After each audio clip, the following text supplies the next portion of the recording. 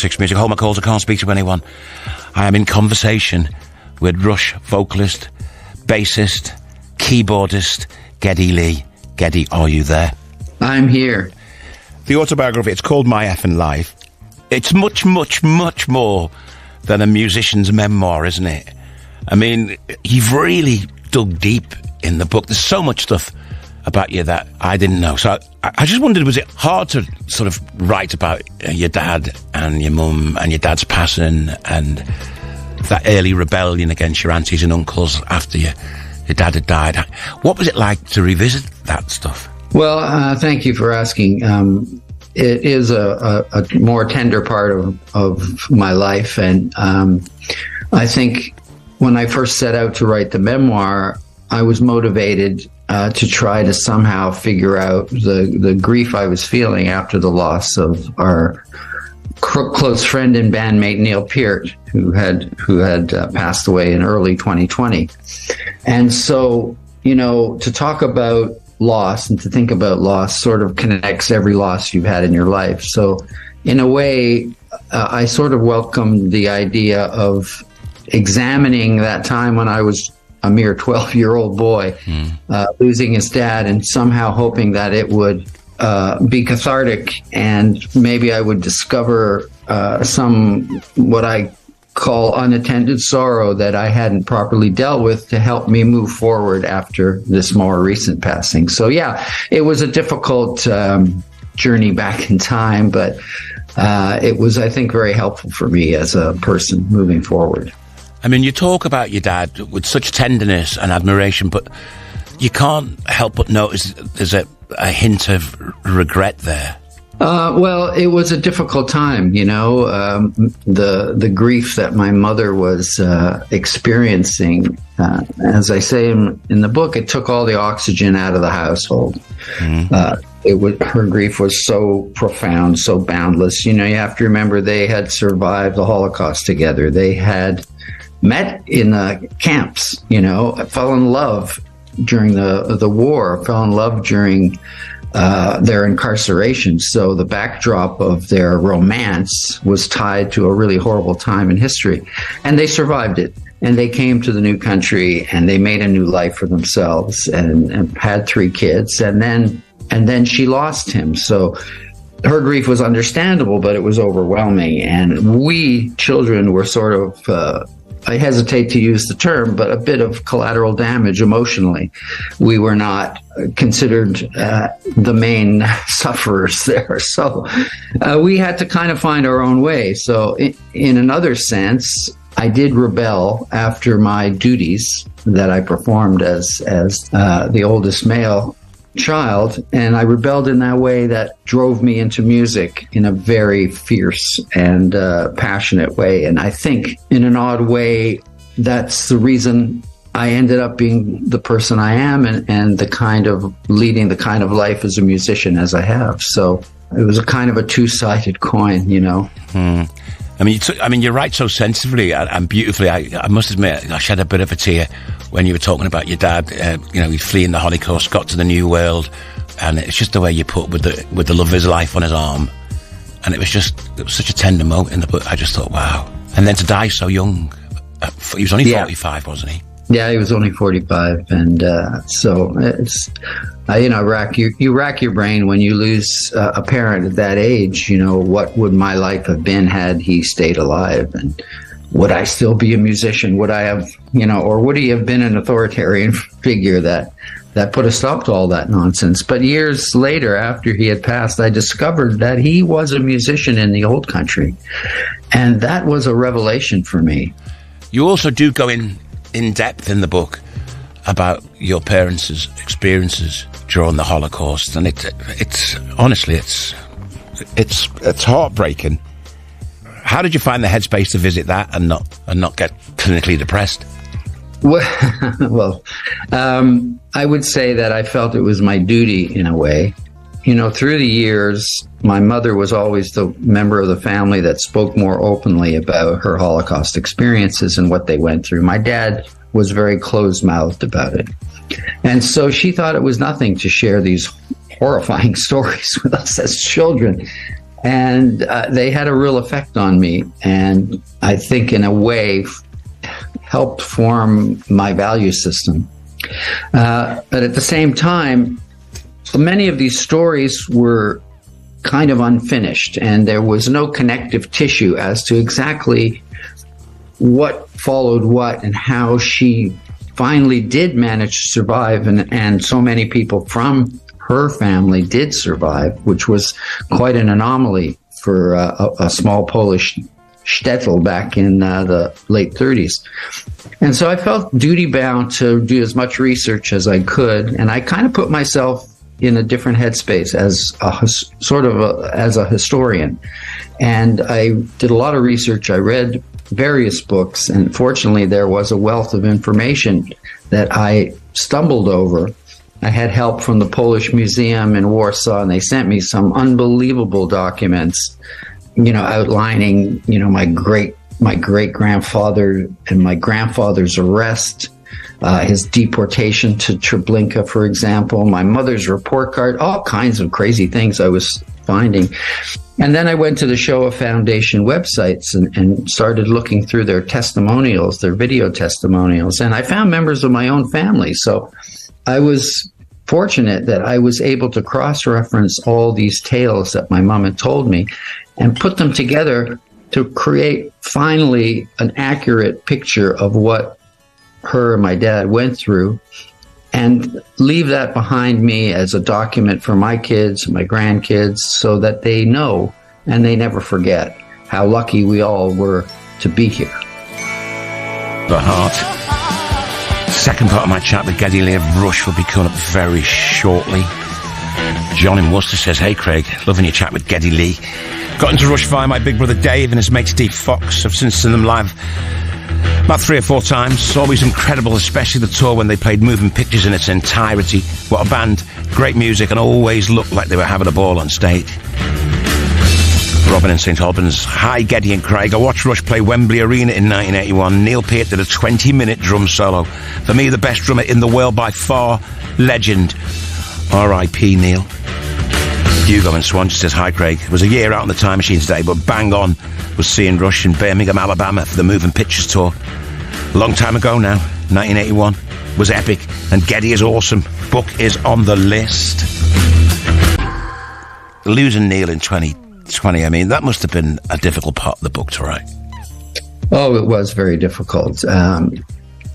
And I had to be discreet but honest about my perspective. My perspective is only mine. It's not the perspective of his family, his loved ones, his daughter, etc.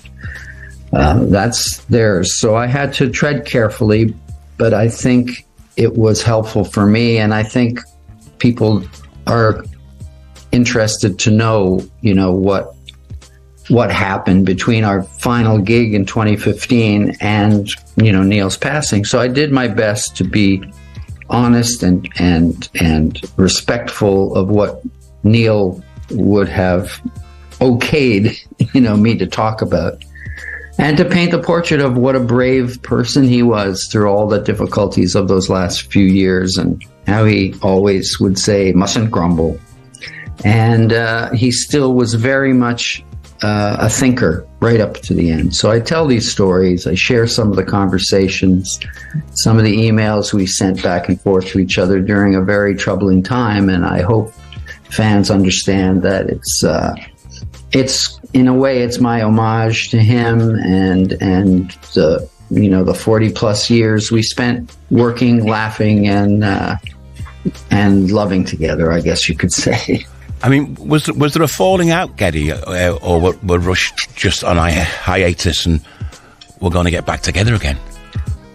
Well, he retired in 2015, and that was a hard and bitter pill for Alex and I to swallow. Even though Alex was having health issues of his own, he still wanted that last tour to go on, longer, as did I. We were very proud of the R40 tour, and I especially wanted to bring it to the UK because we have so many good fans there, and to Germany and to Holland, where we have some really diehard fans. But he had only agreed to do 30 shows, and we had to honor that agreement, and because he wasn't going to do any shows before that tour, and he acquiesced. So, of course, we held out hope that he'd change his mind, and he was having so much fun that he would say, "Oh, come on, we'll do another 20 gigs." But it wasn't meant to be. He was having a few health problems of his own in a different way. And I think that sealed the deal for him. And so at the very last gig, we were quite divergent in our moods. There was a dressing room that Neil was in that was ebullient and happy that he was about to retire and enter this other phase of his life with his wife and his young daughter. And then you had Alex in my dressing room where we were kind of down in the dumps because we knew this could be the very end of our band. So it was conflicting emotions during that period of time. And of course, it was only a year later that he was diagnosed with glioblastoma, brain cancer. And of course, none of that mattered anymore. That was a moot point then. Greatest rock and roll drummer that ever existed, would you say? Well, he's certainly one of them. He was my favorite, but I'm biased. You've said, "I can only hope that finishing this book will release me to return to what I do love best." What do you mean by that? I was really experiencing a creative block after his passing. And I think it was a combination of the 3.5 years of keeping his illness a secret, which I found hard. And the weight of his loss, and then we were thrown into a pandemic, so everyone was locked down with these feelings, trying to make sense of them. I had no desire to write songs. I had very little desire to even play my bass for a while, and that's unusual and out of character for me. So I threw myself into this memoir with the hopes that talking about my past and chasing some of these ghosts down would revive my spirit and put me in a better head frame to want to come back to music. A funny thing happened. My co-writer on my solo album and co-producer, Ben Mink, he discovered 2 songs that we had done very elaborate demos for, but never added to the record. My Favorite Headache, back in 2000. And so he sent me those 2 demos, and I talked to my friend, producer David Bottrell, and asked him to come and have a listen to them and to get his opinion on what he thought I should do with them. Well, he loved the songs, and he said, "Look, let me take them and play with them and clean up some of the sounds and see if we can put some new drums on it and see what happens." And so we did that. And he just breathed life into these songs, and they're, for me, very important because they made me realize that I still have something to say musically, and so I'm going to release those songs, and they're on my audiobook version of my book, and they'll also be available wherever records are available, I guess, these days. But it's also made me more determined to get back to writing and try to do something new.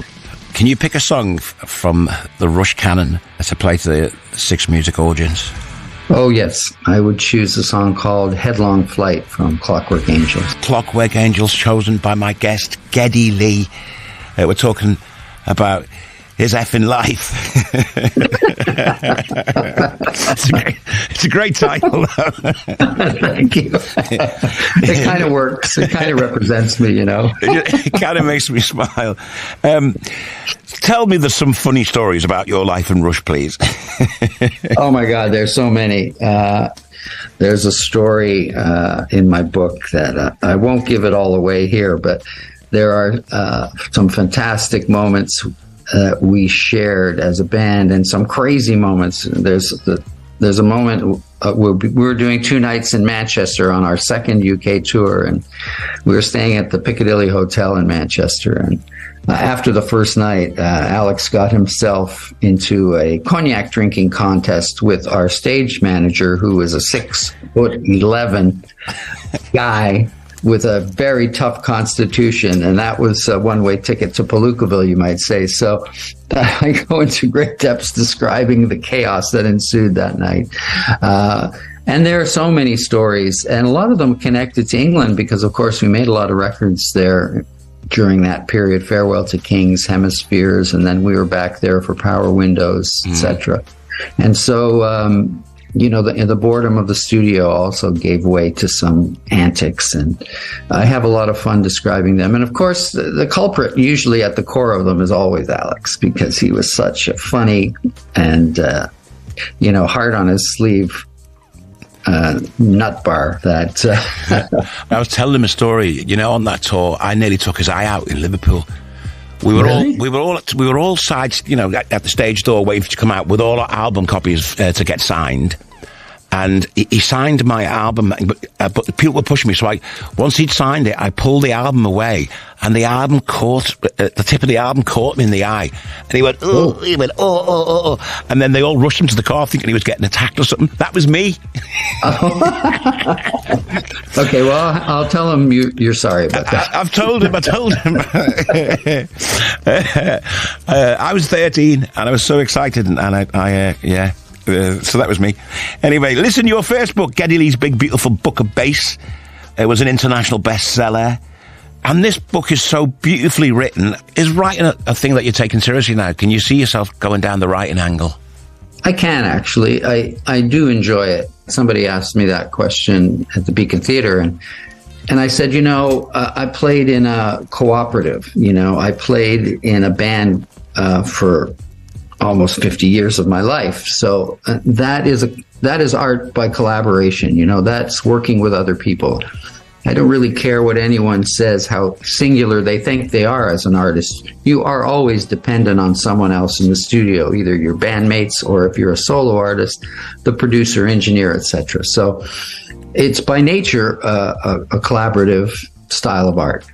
But writing is more solitary, and you're kind of alone with your thoughts, and you have to figure them out, and you have to get the words in the right order and express yourself and keep pushing yourself to express yourself better. And I really did enjoy the discipline and the digging around in my abstract to form sentences. So I did find it very gratifying, and I would like to try it again. I don't know what I would attempt next time. Surely you've got a book of ideas. Oh, that might be right. Oh, I could write about that. I do have some ideas, but I have to sort through them and see which one real. I would actually like to try writing fiction at some point too. Listen, whatever you do, I'm sure it'll be successful.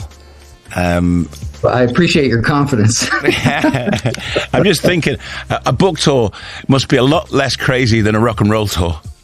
Yeah, well, it was very odd last night because I didn't know what to expect. I've never done something on this scale before. Of course, for the Big Beautiful Book of Bass, I did a few events where they were chat events. I did a couple in England and around Canada and America, but this is a bit more, it's a larger scale. So walking out on that stage on my own for the first time without my bandmates felt really odd. And I kind of anticipated that was going to happen. So I made sure I had pictures of Alex strewn around the sort of faux living room we've created for these chats. But yeah, it's a different experience. And, I had an old friend who passed away this year. His name is Mendelssohn Joe. And he was a songwriter and an artist, kind of a folk artist, I guess you would call him. And he was a very, very opinionated Canadian gentleman. But he used to have this phrase. He'd say, make new mistakes. And I just love that because, everything you try in life has risks. And if you keep doing the same old thing, the same safe old thing, you're not really growing. You're not really learning. But going out there to risk something new is really something, they're words to live by. So when I walked out on stage, I think of that. Here I am trying something new, seeing how it fits, seeing how it works, and whether we can all walk away from these events with a smile on our face. And it's worth taking a risk once in a while. Geddy Lee, great talking to you. Thank you, mate. Take care. Cheers, Geddy. A no-name Nigel says, went to see Rush in 1981, Bingley Hall, Stafford. Only passed my driving test the day before.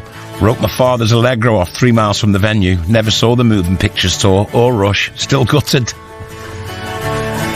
Saves you right for driving an Allegro, that's all I'm saying. Tim in Leicester says, since being on the shoulders of my sister's boyfriend for the opening notes of 2112 in 1981, Geddy and Rush have been a constant in my life. I've seen them 25 times since. Wonderful group, wonderful man.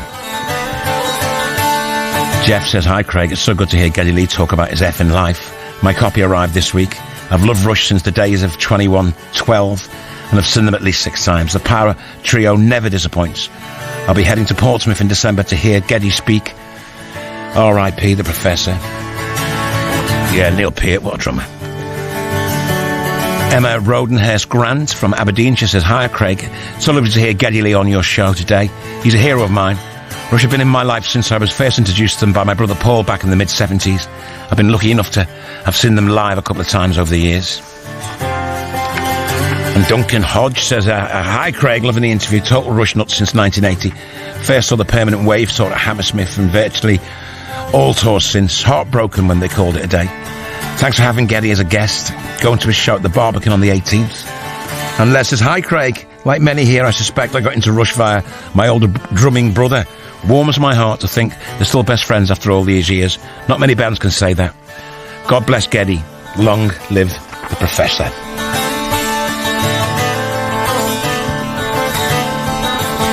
If I'd have told my 14-year-old self that I was going to interview Geddy Lee, I just wouldn't have believed myself. Next week on